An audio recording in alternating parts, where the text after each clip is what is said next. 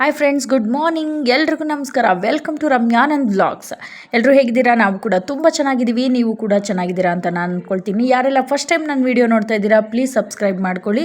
ಯಾರೆಲ್ಲ ಸಬ್ಸ್ಕ್ರೈಬ್ ಮಾಡ್ಕೊಳ್ದೆ ನೋಡ್ತಾ ಇದ್ದೀರಾ, ನೀವು ಕೂಡ ಸಬ್ಸ್ಕ್ರೈಬ್ ಮಾಡ್ಕೊಳ್ಳಿ. ಹಾಗೆ ಒಂದು ಬೆಲ್ ಐಕಾನ್ ಕೂಡ ಕ್ಲಿಕ್ ಮಾಡಿ, ಹಾಗೆ ಒಂದು ಲೈಕ್ ಮಾಡಿ, ಶೇರ್ ಮಾಡಿ, ಕಮೆಂಟ್ ಮಾಡಿ. ನಾವು ಹೋಗ್ತಾ ಇದ್ದೀವಿ ಮನೆ ದೇವ್ರ ದೇವಸ್ಥಾನಕ್ಕೆ. ಸೊ ಇವತ್ತು ಅಲ್ಲಿ ಜಾತ್ರೆ ಇತ್ತು. ಸೊ ಆ ಕಾರಣದಿಂದ ನಾವು ಎಲ್ಲರೂ ಮನೆ ದೇವ್ರ ದೇವಸ್ಥಾನಕ್ಕೆ ಹೋಗ್ತಾ ಇದ್ದೀವಿ. ಅದೇ ನಾನು ಹೇಳಿದ್ನಲ್ಲ, ನಾನು ಕಾರು ಪ್ರಾಬ್ಲಮ್ ಆಗಿ ಕೆಟ್ಟೋಗಿತ್ತು ಅಂತ. ಸೊ ರೆಡಿ ಮಾಡಿಸ್ಕೊಂಡು ಬಂದು ನಮ್ಮ ಊರಲ್ಲೆಲ್ಲ ಹೋಗ್ಬಿಟ್ಟು ಮತ್ತೆ ತಿರ್ಗಾ ಮನೆ ದೇವ್ರ ದೇವಸ್ಥಾನಕ್ಕೆ ಅಂತ ಹೋದ್ವಿ.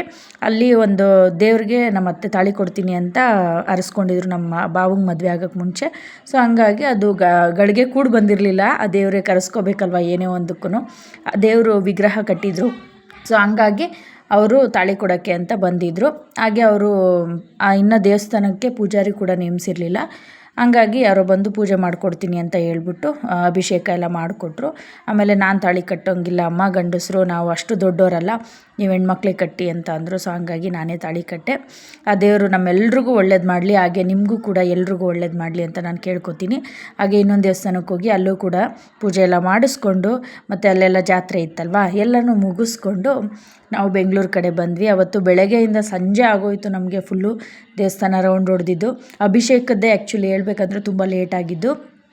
ಬೆಳಗ್ಗೆ ಅಷ್ಟೊತ್ತಿಗೆ ಹೋಗಿದ್ದಕ್ಕೆ ಮುಗಿಸ್ಕೊಂಡು ಬರೋ ಅಷ್ಟೊತ್ತಿಗೆ ನಾವು ಆಲ್ರೆಡಿ ಸಂಜೆ ಆಗೋಗಿತ್ತು ಮನೆಗೆ.